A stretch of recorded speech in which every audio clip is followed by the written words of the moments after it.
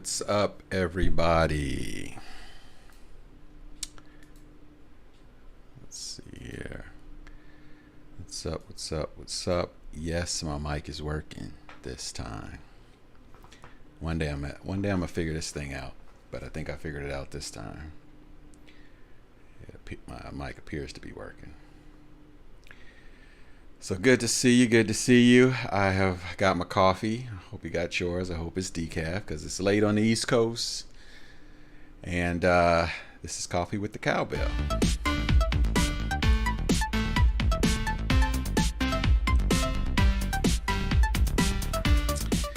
And if this is your first time, I am Ricardo Wilkins, your resident Teams geek. And that's what I do. I just come here and geek out on teams and talk to those of us who enjoy working with teams so much that we want to hear about it at 9 p.m. Eastern. And so hopefully that's you, or you're here for some other reason. And in any case, you should hang out with me. So this week, so I am actually, if I can switch to this. Wrong one. I am streaming, as I've said in the past, on 5 different places. So my YouTube channel, Facebook, Twitter, Twitch, and LinkedIn. So you may be watching live from one of those places or watching on demand later, probably on the YouTube channel. But tonight I am also streaming on another YouTube channel affiliate. The guy that runs this, Surface Pro Bro, he looks just like me. It is me, if that wasn't clear. But yeah, I'm streaming on my Surface Pro Bro channel. So I do also have another website, surfaceprobro.com, where I talk about Surface. And since I've been talking a lot more about Surface Duo and Teams lately, just like last time with Stacy, and Stacy will be back on this channel here in the future. But I thought I'd stream out to the Surface Pro Bro site as well. So, oops, I always do that.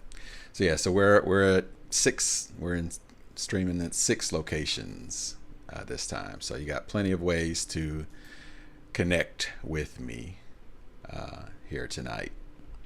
So wherever you're coming from, I'm trying my best to monitor chat in those 6 areas. I can't guarantee that I'm doing it successfully. I think I am. So if you are out there and want to chat or say something, hopefully I see it in one of these 60,000 windows that I have open. And if so, I will try to say something back. All right. So yeah, just chatting with you about teams, and this time, so it's been a while. I think it's been a couple weeks. I actually was on vacation with the family, so that would explain last week's absence. If you were missing me, I'm sure you were. But since then, there has been Inspire that occurred this week, actually. And for those of you keeping score with, all things teams and new roadmap items, new, features that are coming out, you may have seen some of that talk. And so I'm going to switch here. This is the tech community site where, it's one of many places you could go to get a summary of the announcements. And I'm not going to go through all of them, but it felt like I couldn't just ignore some of the cool stuff that's been recently talked about. Not necessarily released yet, but at least announced, and coming. And so one of the exciting ones is Excel Live. Let's see, can I get I can't really get a bigger one. But essentially what that is bringing up an Excel document in a Teams meeting. Obviously we could do that today. What's different is that everyone in the meeting is able to interact with it in real time. So what you're hopefully seeing there Maybe I can make that a little bigger. No, not really. But hopefully what you're seeing there is each of those colored boxes is a different user. It's their cursor on those particular cells. So certainly, Excel, like all of Office, has real-time collaboration powered by SharePoint and all that good stuff. So you can certainly real-time collaborate on a spreadsheet. But before Excel Live, that would be all of those people having access to the document, through Teams or whatever, and kind of having it open on their end, each of them, and interacting with it. That would give you the same result, except this is going to be a lot more convenient. I just go into Teams meeting and interact with it through Teams. So that's kind of what that's really talking about there. So that's an exciting one. There is a short video on the Microsoft Teams channel on YouTube that talks about that and a couple other things too. Collaborative annotation, same kind of concept, right? Being able to interact with the sharing through all through Teams, right? In this case, they're showing a whiteboard, and those are three people really, I guess, writing and interacting with it at the same time. And then the other one I thought were worth mentioning. Where was that? Oh, of course, I got to mention that shared channels was talked about. If you've watched, me and pay attention to what I talk about, I went on and on about shared channels as the, best thing since sliced bread. And so, and I actually, if you want to check the YouTube channel, you'll see older episodes where I actually demoed it when it was in preview. And so, that was announced, and that should be coming soon to your client if it's not there already. So I suspect I'll talk more about that in the future, because again, I really do think that's a game changer for collaboration, especially with external participants, but also with even the people in your org. And then the last one I'll mention here, again, I'm not talking all of them, there was more announcements than this, but this one is also kind of cool too. The ability to put a video into your chat. So instead of typing out your message, create a short video and embed that video right there. And so, we had actually audio clips that you could add into chat, especially if you're on mobile, like Surface Duo or any Android phone or iOS. You could do a audio clip already, but now a video clip. Just more ways to engage. So that's kind of cool. I've yet to try that. I almost tried that today at work with some coworkers, just to see how they would react. Because I think with the folks I work with, we're in front of Teams all day. We're got our mics and headsets and whatever already ready to go. So we're ready to consume an audio thing, right? I wonder if other people might, be at their desk with speakers off. And so if I send them a video clip, they got to turn on. It's kind of like when you post something and you put on there, turn your speakers on, right? Will they have to turn their speakers on in order to get, I don't know. I'm going to try it though. And I'll let you know how my colleagues respond to it, because I think it could be cool. I also asked myself, would this help me, is it faster, right? I could type out everything I want to say, or I could, do a video clip and just talk. And could it be more efficient than typing? Except that I type pretty fast. So I don't know. And then of course typing helps me think about what I'm going to say. But I do suspect there might be some value to, especially with colleagues, right? Just say what I need to say, even if I'm not saying it perfectly. That could be a lot quicker actually than typing, especially if it's a big old paragraph I was about to type. If I just say it on video, that might be more effective. So I am going to try it out like in real life, and that might be a future topic, as you know, to see how people respond to that. So look out for that in a future session. And let me actually go back, because another one that I have been trying out is this chatting with yourself. So basically now they're allowing you to be able, as this is saying, to chat with yourself. Basically, and it's hard to see here, but that top person in the pinned list here is the actual user of Teams, Daniela in this case. So she's chatting with herself, and you say, why would I want to do that? Things like you know, could be your own personal journal, putting notes there, even trying things out in Teams, you know, trying something out in chat before you try it out elsewhere.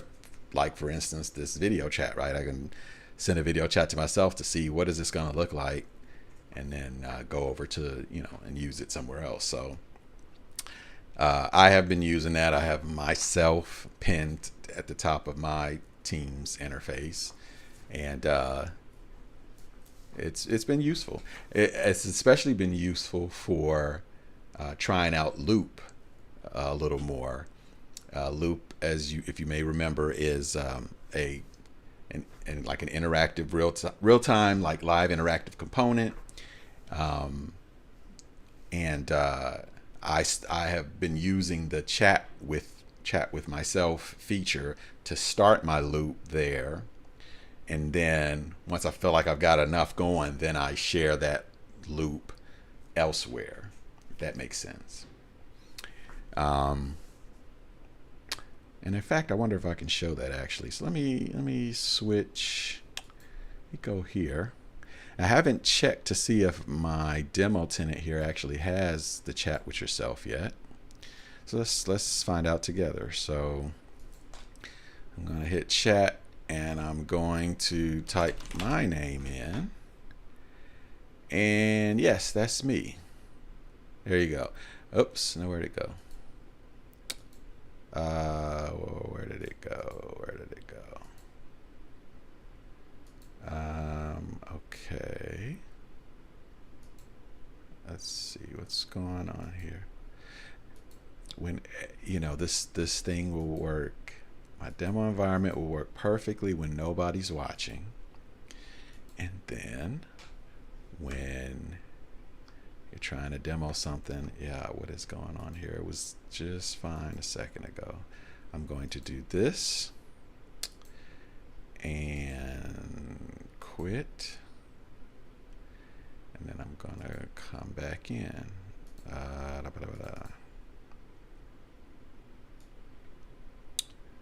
Okay, little hiccup, that's okay. All right. Oh, that's what it is. It actually wasn't broken.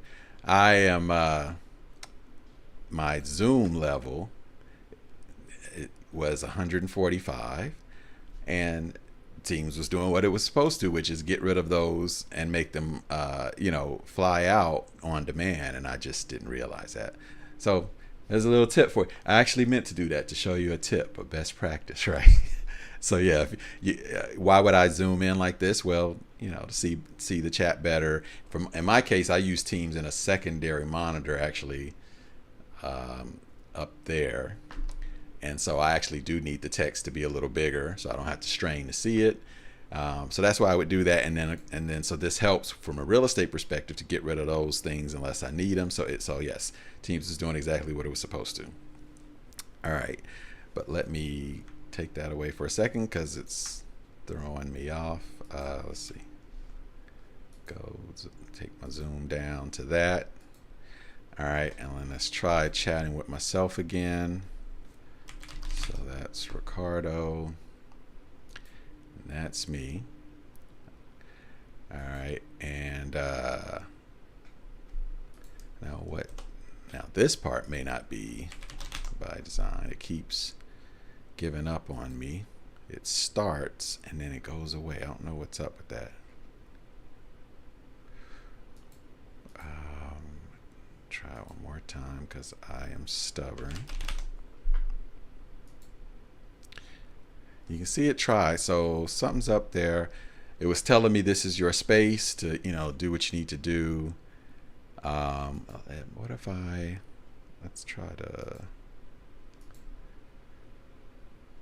let's go, see if we could pop that out. Okay, I'm gonna go into settings here. I want to just try something on the fly. I wanted, it's not where I want it to be.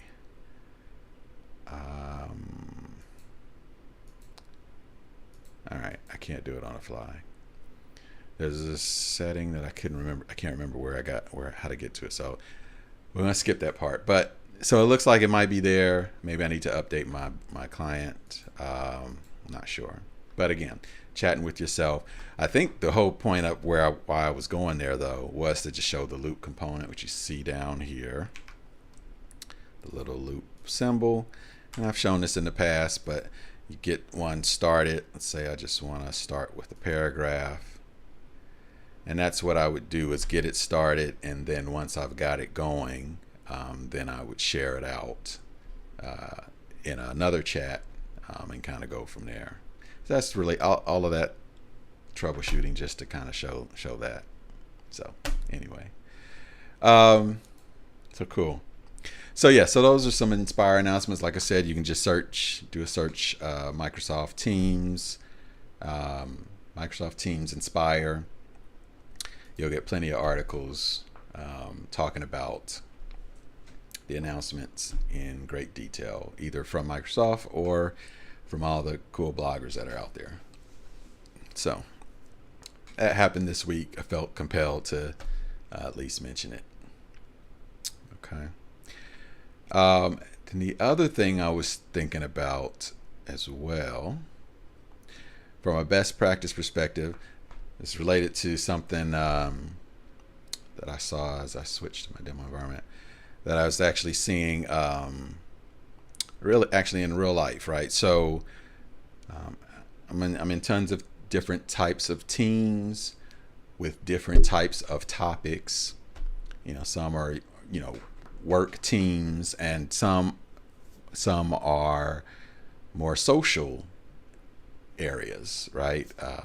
And we have many places like that. It could be Yammer you're using, or it could be Teams or SharePoint even. In this case, it was an area that is open for different types of conversations. And this one had a conversation that really had a lot of engagement. So in this case, it was about, by the time I checked it last, it was at 600 and some comments or posts in that one thread about that one topic. I've actually been in a thread. It was a recurring meeting that had over 2,000 comments. So just FYI, but this one was 600 plus comments, and actually I think I can probably find some demo content with something that has a few. Let's see. I'm pretty sure I've got one in here. The point though, so this is good. So kind of imagine, let me make this a little bigger. Kind of imagine this conversation here, and instead of 6 replies, it was 600, right? And that's really not a problem here because it was collapsed. It was, that's how I knew it was 600. I didn't count them. It counted it for me. So it was collapsed. It wasn't like it was bothering me or taking up my view, right? Now I could certainly have opened it up and saw, the latest of that list of 600 comments. And, so people were going at it. Where I bring this up and why I thought it was interesting from a best practice perspective is that eventually someone came on and said something to the effect of, I think we've kind of exhausted, or I think we've said everything we need to say about this topic. I can't remember the exact words, but it was essentially a request to stop talking about it. And the way I took it was, too many messages, or something to that effect, right? It was just getting too big. And then I just thought to myself, I'm just like, how is that a thing, right? How can it be too big? In some way, this is bothering you, such that you're requesting that we kind of squash the conversation. And my thought was that person probably was not a fan of the pings, whether it was pop-ups, whether it was bold, something showing up in her feed, whatever it may be. I'm guessing she wasn't a fan of all of the, I'll call it noise, right, from that conversation. So, especially because of the topic they were talking about, it just didn't sit well with me. I was like, I'm just thinking like you should just allow that kind of conversation to continue, and it shouldn't bother anybody because there are controls in Teams to, if you don't want to get pinged, or if you consider a conversation noise, there's things you can do to control that. Case in point,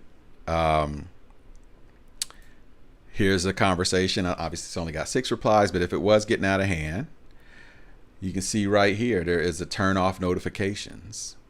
I can just, with one click, you'll only get notified if someone directly mentions you or reacts to your message in this conversation.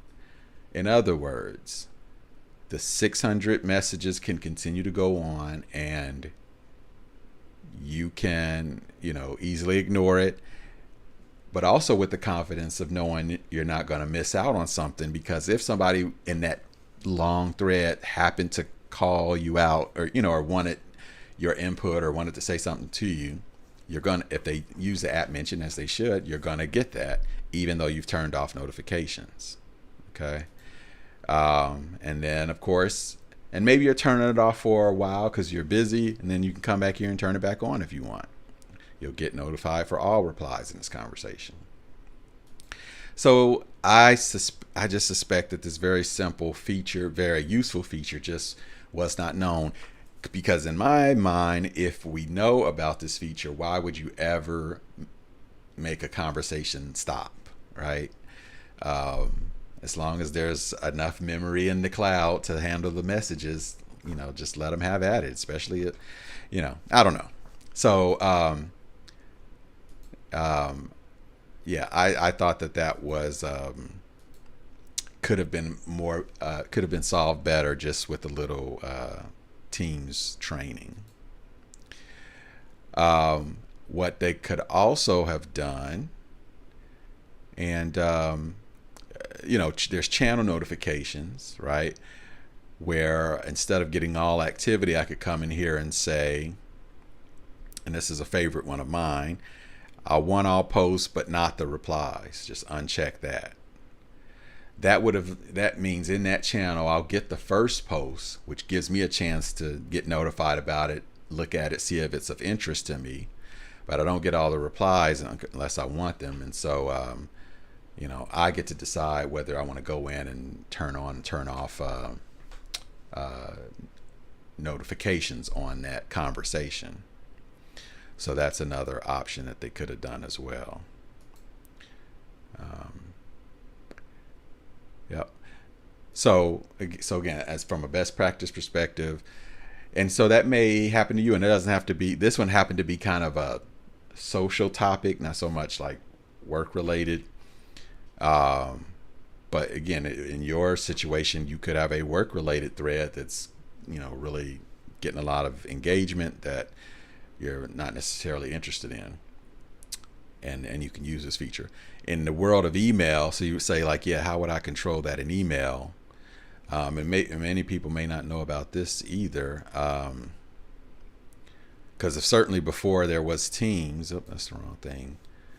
There was before there was Teams chat, there was certainly email, and you could certainly have a thread, and you've probably been a part of a nightmare thread where they're going at it, and you're getting all these inboxes. And in my opinion, it is a little more stressful in email than in chat, right?